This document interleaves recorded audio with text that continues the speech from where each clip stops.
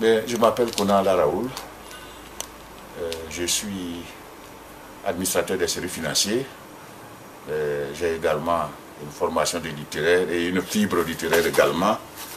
Et donc j'ai écrit en 2009 un ouvrage, un recueil de contes et légendes, que j'ai intitulé Légendes du pays baoulé, Légendes de Kourmenou. Et ce livre m'a permis de voyager au cœur de la tradition baoulé et d'en sortir des histoires pour tirer des moralités à l'attention de notre jeunesse qui n'est pas très portée sur les choses de la culture et à laquelle je voudrais initier donc aux contes et aux légendes fortes de ce nom pour que de ces légendes-là, on en tire des règles de vie pour le reste de leur existence.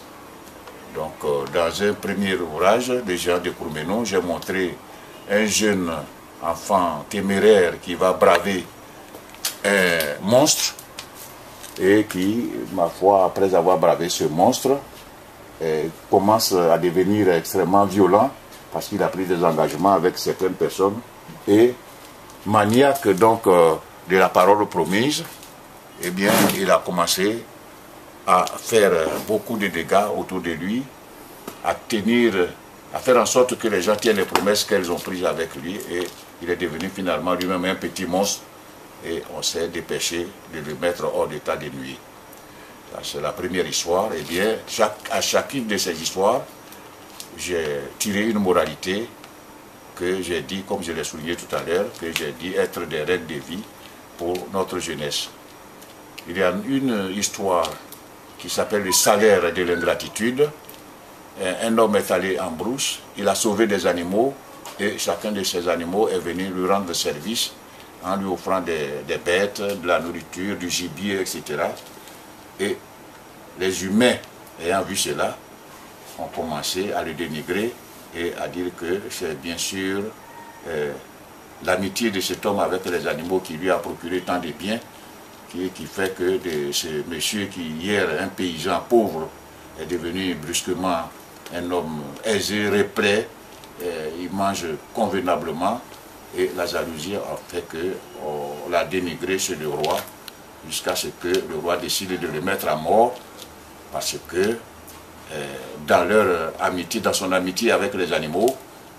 sont allés au domicile du roi pour lui voler le trésor. Et c'est un humain qui a signalé ces faits et on a mis les paysans à mort jusqu'à ce qu'un autre animal vienne le délivrer. Un serpent notamment qui a mordu son fils et son fils était en train de mourir et c'est le médicament fourni à l'homme qui a servi à guérir le fils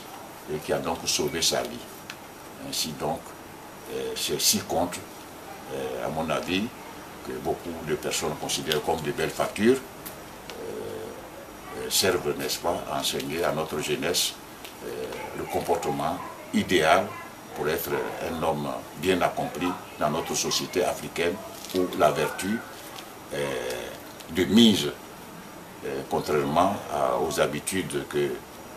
nous prenons dans la grande ville et qui font que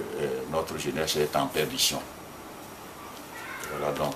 le contenu, quelques-uns des choses que je raconte dans les livres, que je voudrais vous inviter à regarder pour aller plus au fond. Et donc, voilà ce que je tenais à dire sur cet ouvrage et que je vous invite à regarder.